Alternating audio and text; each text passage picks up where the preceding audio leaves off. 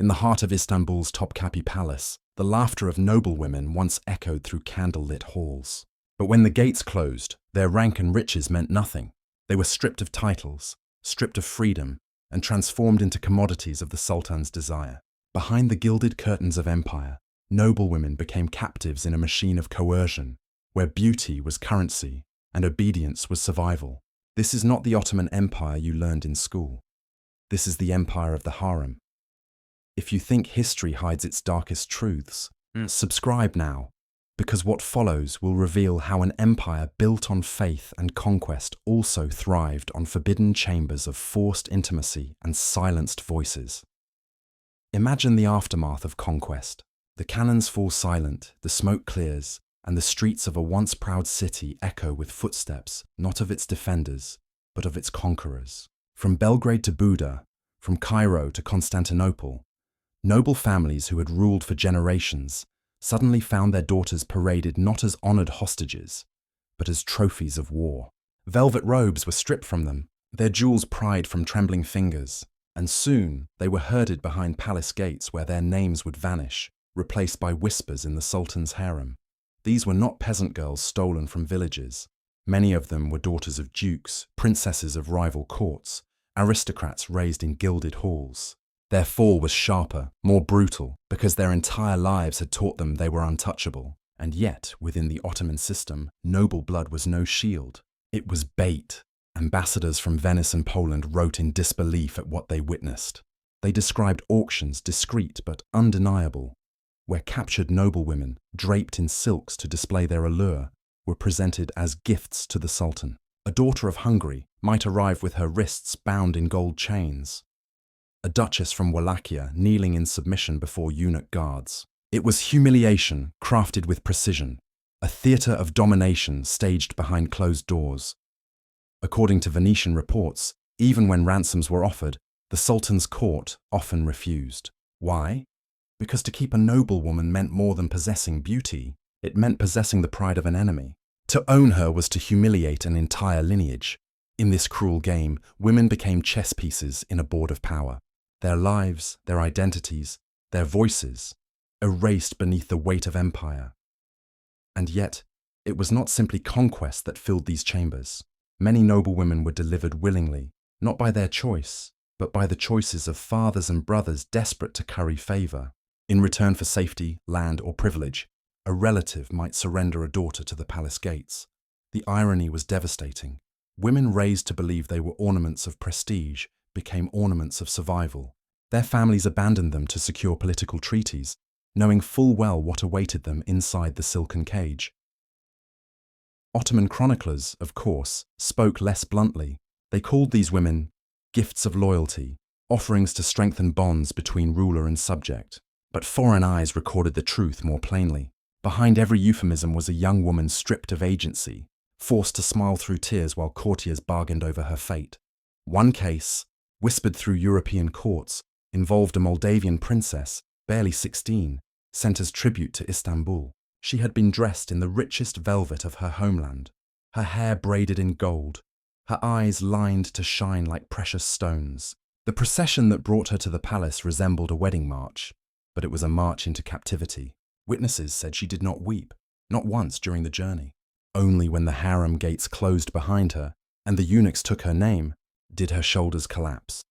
This was the scandal Europeans could not forget, the deliberate transformation of noblewomen into sex slaves of empire. The Ottoman court dressed it in ritual, in splendor, in layers of silk and ceremony. But beneath it all, it was coercion, forced intimacy, sexualized power. And it was not an isolated incident. It was the foundation of the Ottoman harem system. These women's suffering was not written into the official chronicles of the empire. The Ottomans preferred to veil the truth in poetry, in songs of beauty and devotion. But foreign ambassadors, travelers, and defectors recorded the other side. The trembling voices, the humiliation, the silken chains. The scandal was clear, the pattern undeniable. Noblewomen who once carried crowns now carried chains. Their beauty became a weapon turned against them. Their bloodline became their curse. But how did the empire, founded on Islamic law and discipline, reconcile this hidden world of coercion and scandal? How could sultans pray in the morning, then preside over chambers of forced intimacy by night? The answer lies in the cultural backdrop of the Ottoman world, and in the dangerous philosophy that power excuses all sins. To understand how noble women became pawns in the Ottoman machine of power, we must step back into the empire's cultural landscape. The Ottomans were heirs to both the Islamic caliphates of the Middle East and the imperial traditions of Byzantium. They carried swords in one hand and prayer beads in the other. And in this tension between law and indulgence, faith and conquest, the harem was born. Publicly, the Ottoman sultans presented themselves as guardians of morality, defenders of Islam. They built mosques that touched the sky, sponsored scholars who recited verses, and carved into their law books strict codes against debauchery. Yet behind the high walls of Topkapi, the rules bent, because in the empire's philosophy, the sultan was not just a man. He was shadow of God on earth, and if his shadow reached into forbidden chambers, who among his subjects could dare call it sin? The word harem itself carried layers of meaning. In Arabic, haram means both forbidden and sacred. The harem was both a sacred space of family, but also forbidden to outside eyes. To step into it was to step beyond law and into the sultan's private dominion, and because it was hidden, it was also shielded from scrutiny.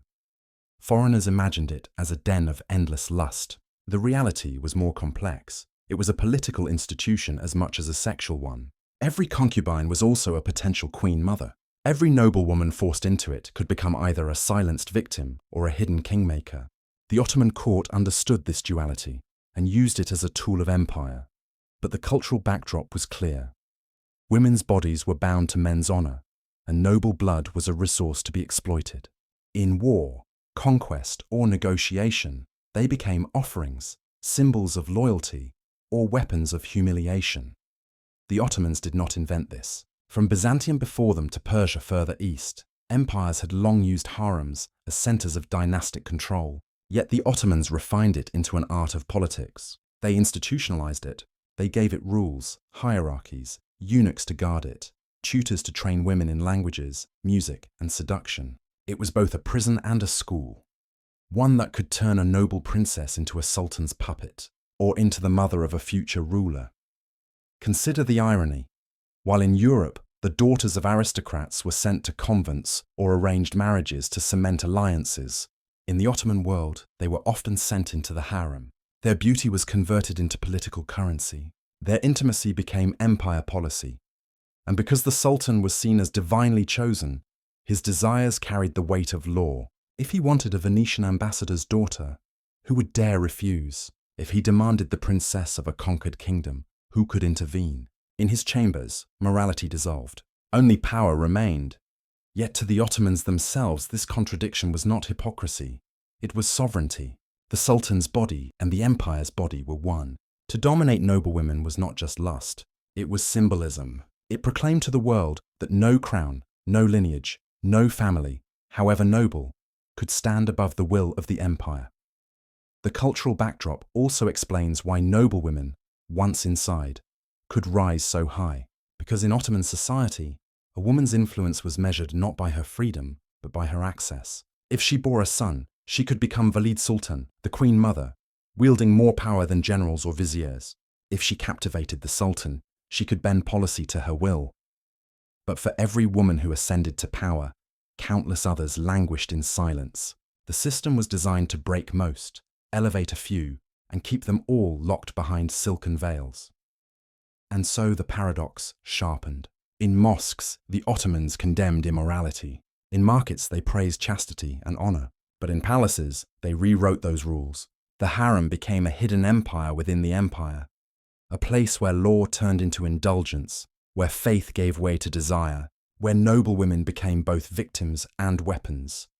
This was the stage upon which the scandal of the noble women unfolded, a world where power excused coercion, and beauty became both a crown and a chain. But how did this system rise from shadows to dominate the very heart of the Ottoman dynasty? To answer that, we must step inside Topkapi Palace itself and watch as the harem grows from secret chambers into a machine of politics and passion. By the mid-15th century, the Ottoman harem was no longer a shadowy indulgence whispered about in conquered cities. It had become an institution, a fortress of politics sealed behind gilded gates. And it was within this fortress that noble women, once free in their courts and kingdoms, found themselves transformed into instruments of power. The rise of the harem was tied directly to the rise of the empire itself. As the Ottomans expanded across 3 continents, they inherited not just land, but traditions of control. From Byzantium, they took the idea of secluding royal women in palaces. From Persia, they borrowed the notion of harems as schools of influence. And from their own ambitions, they crafted something unique, a machine that converted captured or gifted women into tools of dynasty. At the heart of this transformation was Topkapi Palace. Built in the aftermath of the conquest of Constantinople, it became the beating heart of Ottoman power. Beyond its marble courtyards and jeweled halls lay a quarter that few outside eyes would ever see, the Harem-i-Humayun, the imperial harem.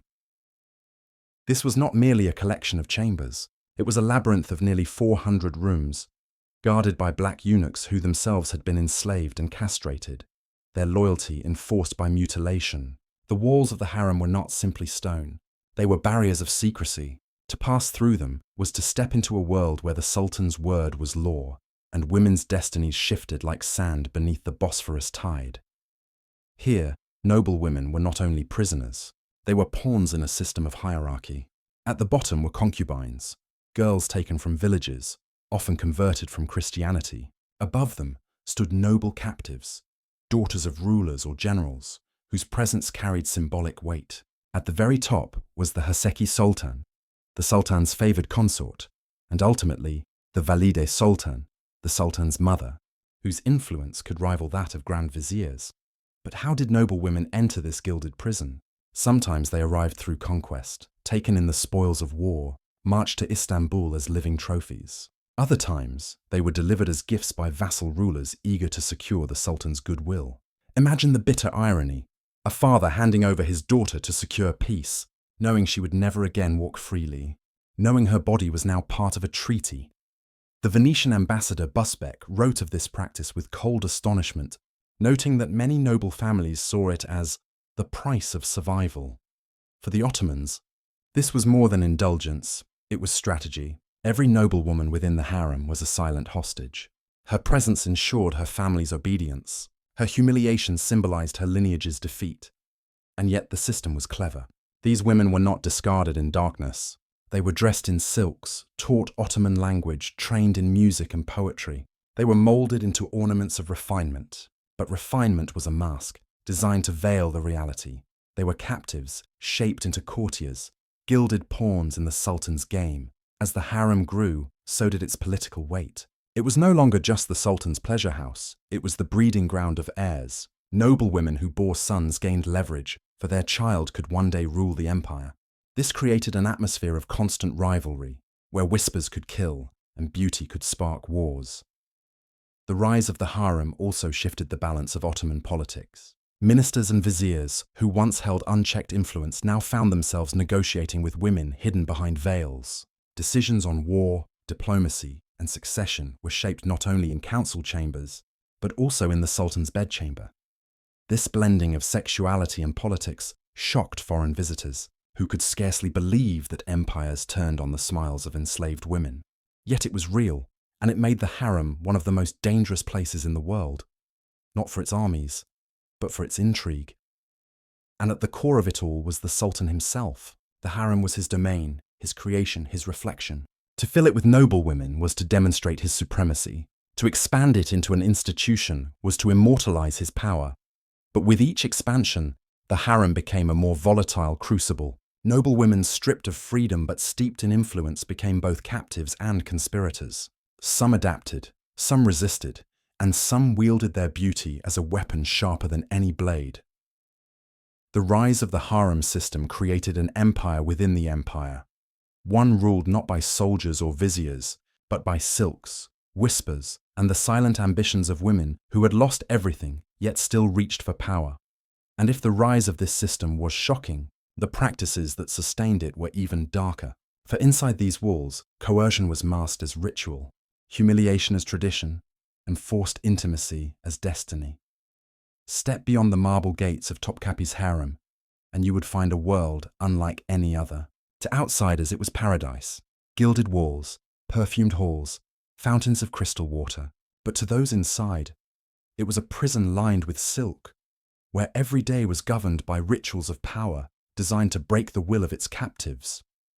The first practice was the renaming. Noble women stripped of their birthright were given new names in Turkish or Persian, often poetic, sometimes mocking. A Hungarian princess might become Gulbahar, the spring rose.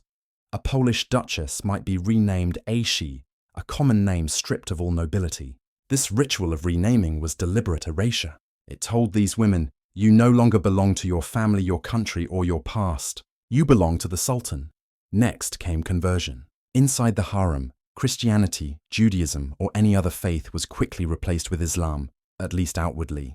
For many women, this was not a matter of belief, but survival. Refusal could mean beatings, isolation, or worse, disappearance. To the empire, conversion was proof of dominance. To the women, it was ritual humiliation, disguised as piety. Once converted, they entered what could be called the training school. Older concubines and eunuchs drilled them in etiquette, music, dance, and seduction. Noble women who had been educated in Greek philosophy or Latin poetry suddenly found themselves instructed in the art of pleasing a sultan. The irony was brutal. Their learning meant nothing. Their lineage meant nothing. Their value now was their ability to smile on command, to bow at the right moment, to sing when asked. Ambassadors recorded with astonishment how this training blurred the line between palace and brothel. One Venetian envoy described it as a theatre of obedience, where women of noble blood rehearsed their own captivity. But the most scandalous practice was selection.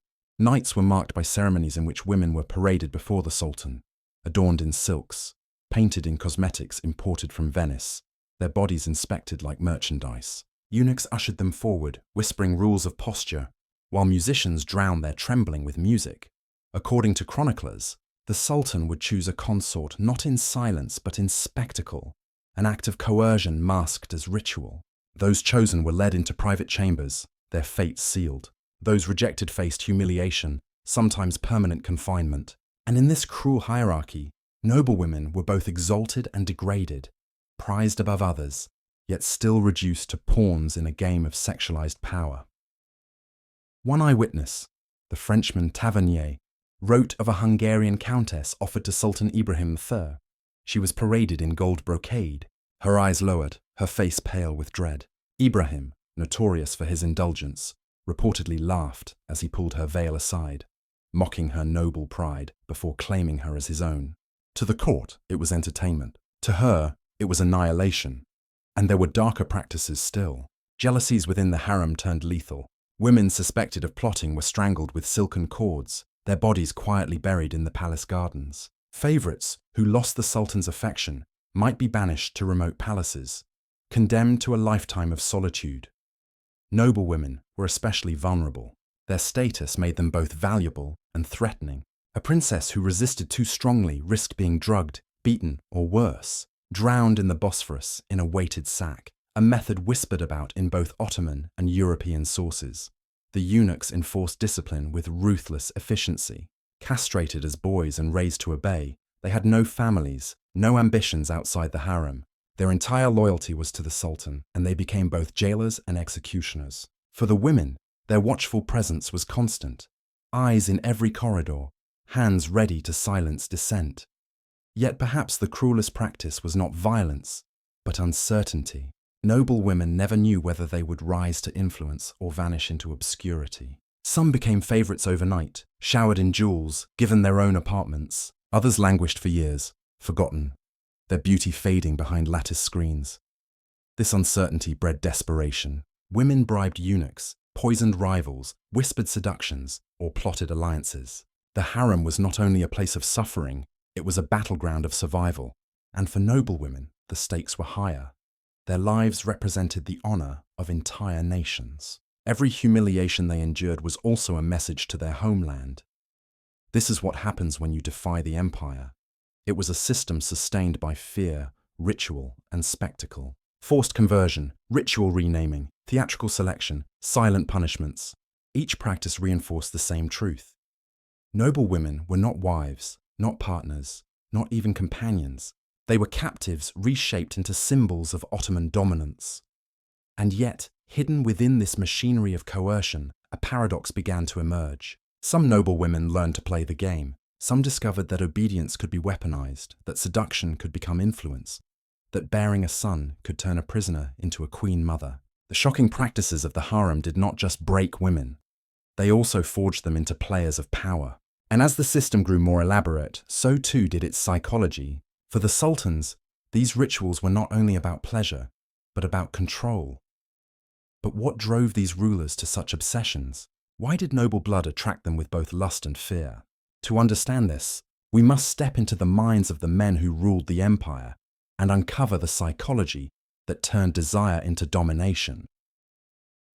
To understand why noble women became targets of coercion inside the Ottoman harem, we must step into the psychology of the men who ruled it.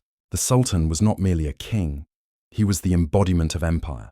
His victories were the empire's victories, his pleasures the empire's pleasures, his conquests the empire's legitimacy. And in this identity, domination of noble women carried a meaning far beyond desire. It was a statement of supremacy.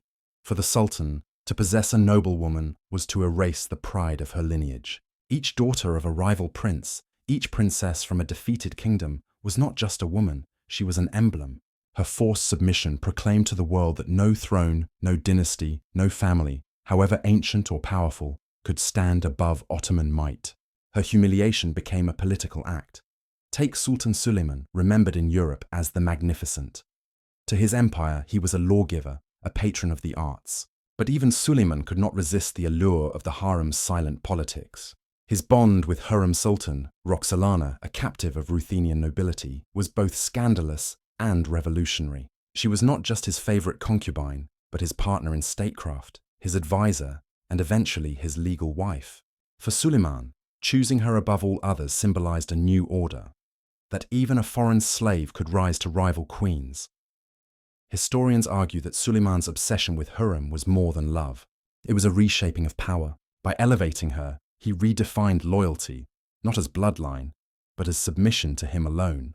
Her noble origins, twisted into captivity, became a constant reminder that empires bend not only armies, but also aristocracies. But Suleiman was the exception, remembered for devotion. Others were remembered for obsession. Sultan Selim II, known as the Sot, drowned himself in indulgence. Wine, banquets, and women consumed his reign. Chroniclers whispered that Selim surrounded himself with noble captives, not out of strategy, but out of craving, the thrill of corrupting what was once untouchable. Then came Ibrahim Ma'a, called the Mad. His harem swelled to hundreds, even thousands. Venetian accounts claim he ordered entire groups of women paraded naked through his chambers, selecting them at whim, discarding them as quickly. One story tells of a Greek noblewoman who resisted him, only to be drowned in the Bosphorus. To Ibrahim, domination was not politics, it was compulsion, an endless hunger fed by fear of inadequacy. His madness turned the harem into a theatre of cruelty. What united these rulers was not simply lust, but the psychology of possession. For them, noble women embodied conquest. To own the daughter of a rival was to claim his throne. To bend her will was to declare his defeat eternal. The Sultan's intimacy was never private. It was political theatre, enacted on the most intimate stage. At the same time, these rulers lived in a world of paranoia. Every son born in the harem was a potential rival prince. Every woman bore ambitions that could topple dynasties. The Sultan's indulgence was always shadowed by fear. Fear of betrayal, fear of poisoning, fear of rebellion. To control women was not only to satisfy desire, it was to manage threats.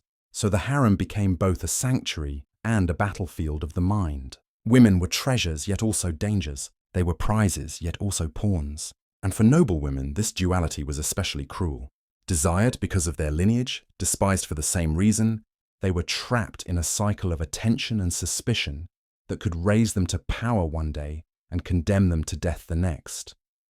In the psychology of the Ottoman rulers, noble women were not merely bodies, they were mirrors. In their submission, the Sultan saw his empire's strength. In their resistance, he saw his own fragility. Each act of coercion was not just indulgence, it was reassurance. Reassurance that the empire was invincible, that his authority was unquestioned, that the blood of princes and dukes could be reduced to silence within his chambers. But as this psychology deepened, it carried consequences far beyond silk walls. The obsession with women's submission began to ripple outward, corroding politics, destabilizing armies, and turning the empire's strength into weakness. For what happens when a ruler spends more time in his harem than on the battlefield? What happens when whispered intrigues of noblewomen outweigh the strategies of generals? The answer lies in the next act, the consequences of the harem's shadow, when silken whispers began to reshape the destiny of the Ottoman Empire itself. The harem was never confined to its walls. What happened in those silken chambers rippled outward, shaping the fate of armies, thrones, and entire generations. For while the sultan's concubines lived in captivity, their influence stretched across continents. Noble women, once captives, became political players whose ambitions could destabilize empires. Historians call this period the Sultanate of Women. For nearly a century, mothers and favorites of the sultans wielded immense power. They arranged marriages, negotiated treaties, ordered assassinations, and even directed military campaigns. What began as captivity turned into influence so great that viziers and generals feared to cross them. The empire was ruled not only by the sword, but by whispers from behind latticed windows. Consider Kosum Sultan, once a Greek girl taken from the Aegean Islands, forced into the harem as a teenager. Through cunning and patience, she rose from concubine to queen mother, controlling the empire through her sons and grandsons. Foreign ambassadors described her as the most powerful woman of the Muslim world, a figure whose nod could determine life or death. But her story was not unique. Hurrem Sultan Roxolana, the beloved of Suleiman, shaped Ottoman foreign policy, forging alliances and pushing the empire into wars that mirrored her own ambitions. Turhan Sultan, another concubine, became regent for her son and clashed with Kosum in a deadly rivalry that ended with Kosum strangled by silk in her own chambers. The irony is stark. Noblewomen who were once humiliated and enslaved rose to command the destiny of millions. Their captivity turned into leverage, their suffering into strategy. Yet this power came at a cost. The empire's politics grew increasingly entangled in harem intrigues. Generals complained that wars were delayed because the sultan would not leave his chambers. Viziers were dismissed not for incompetence, but because they offended a favorite concubine. Succession itself became a deadly contest. Princes, each born of different mothers, were pitted against one another, their mothers maneuvering like rival queens. The harem, meant to secure the dynasty, instead destabilized it. Janissaries, the elite soldiers of the empire, mutinied more than once over favoritism born from the harem's influence. Some sultans, raised entirely within its sheltered walls, proved unfit to rule, more versed in silken rituals than in war or governance. Venetian and Persian envoys mocked the Ottomans as an empire distracted by its own women, a giant whose strength was being eaten from within. The consequences were not only political but spiritual. As tales of indulgence and coercion spread, the empire's image as defender of Islam was tarnished. Preachers whispered sermons against the moral decay of the palace. Poets mourned the days when sultans rode with armies instead of hiding in perfumed chambers. Noble families across Europe and Asia took note. The forced submission of their daughters became both a scar and a rallying cry. Diplomats used it to shame the Ottomans. Rivals used it as propaganda. Even allies saw it as proof of corruption at the heart of the empire. And within the palace itself, the strain grew unbearable. Every concubine's whisper, every rivalry between mothers, every child born in secrecy had the potential to unleash rebellion. It was a system built to display control, but in reality, it sowed chaos. In the end, the harem was both a fortress and a fault line. It preserved the dynasty by producing heirs, yet it fractured the empire by drowning politics in intrigue. It empowered women who should have been voiceless, yet enslaved them in humiliation. The consequences were devastating. Generals sidelined, armies weakened, assassinations normalized, and the sultan's authority corroded by the very women meant to glorify him. And yet, the story did not end with intrigue. For every empire built on coercion eventually meets its breaking point, and in the Ottoman case, that breaking point came in blood. When rebellions rose, when palaces burned, and when the harem itself became a battlefield. No empire can live forever on silken lies. The Ottoman harem, once designed as a fortress of dynasty, slowly transformed into its own undoing. Behind jeweled walls, jealousies sharpened into daggers, whispers grew into conspiracies, and ambition set the stage for blood. The first cracks appeared in the 17th century. Sultans, raised entirely within the harem, came to the throne with little knowledge of war or governance. Their childhoods, spent under the eyes of concubines and eunuchs, left them inexperienced, indecisive, and dangerously indulgent. Ministers grumbled, soldiers murmured, and soon the empire itself began to revolt. One of the most infamous collapses came with Sultan Ibrahim the Mad.